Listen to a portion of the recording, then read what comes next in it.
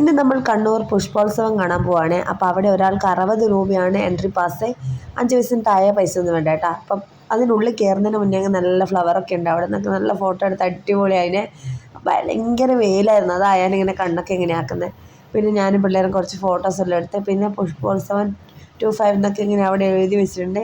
ഉള്ളിലേക്ക് കയറുമ്പോൾ അവിടെ നല്ല മരത്തിൻ്റെ ഒരു ചിത്രമെല്ലാം ഉണ്ട്. അവിടെയെല്ലാം ബാക്ക്ഗ്രൗണ്ട് വെച്ച് ഫോട്ടോ എടുക്കാൻ നല്ല രസമായിട്ടാ. അവിടെ നിന്നുള്ള കുറച്ച് ഫോട്ടോ എല്ലാം എടുത്ത് പിള്ളേരുടെ കൂടെ ഞാനും നിന്ന് അങ്ങനെ നമ്മൾ പുഷ്പോത്സവം കാണാൻ ഇനി ഉള്ളിലേക്ക് കയറണം. ഉള്ളിലേക്ക് കയറുന്നതിന് മുന്നേ തന്നെ കുറേ കാഴ്ചകൾ പുറത്തുനിന്ന് കാണാനുണ്ട് കേട്ടോ. അതെല്ലാം കണ്ടിട്ട് ഉള്ളിലേക്ക് കയറുന്നുള്ളൂ. കാരണം അരോണ ഫിഷും അങ്ങനെ കുറച്ച് കുഞ്ഞു ഫിഷുകളൊക്കെ ഉണ്ട് കേട്ടോ. അതെല്ലാം പിള്ളേർ കണ്ടു കഴിഞ്ഞാൽ എന്തായാലും ഉള്ളിലേക്ക് കയറില്ല. അപ്പോൾ ആദ്യം ഫിഷിനെല്ലാം കുറച്ച് സമയം കാണാമെന്ന് വിചാരിച്ച് അങ്ങനെ ഫിഷിൻ്റെ കുറേ വീഡിയോ എല്ലാം എടുത്ത്.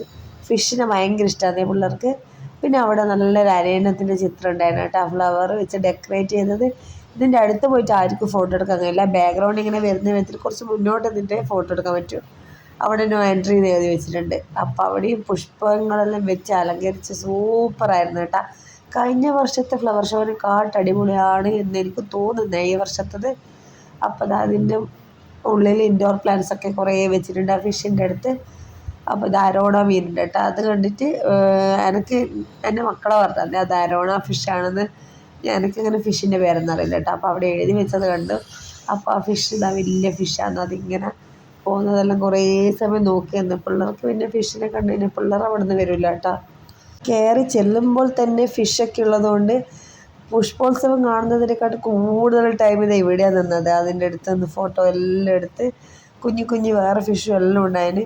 പിന്നെ ഈ അരയന്നത്തിൻ്റെ അടുത്ത് നിന്ന് കുറച്ച് ഫോട്ടോസ് എടുത്ത്. അവിടെ ഒരു ഗേറ്റ് പോലെ ഉണ്ട്. ആ ഒരു സൈഡിൽ നിന്നിട്ട് മാത്രമേ ഫോട്ടോ എടുക്കാൻ പറ്റൂ. ഉള്ളിലേക്ക് പോകാൻ വേണ്ടി പറ്റില്ല കേട്ടോ. ഉള്ളിലേക്ക് പോയി കഴിഞ്ഞാൽ കുട്ടികളൊക്കെ പോകുമ്പോൾ ആ പൂവെല്ലാം എന്തായാലും തൊടാൻ നിൽക്കണമല്ലോ. അപ്പോൾ അമ്മമ്മ വന്നിട്ട് കുറച്ച് ഫോട്ടോ ആ ബാക്ക്ഗ്രൗണ്ട് വരുന്ന വിധത്തിൽ ഞാൻ എടുത്ത് കൊടുത്ത്.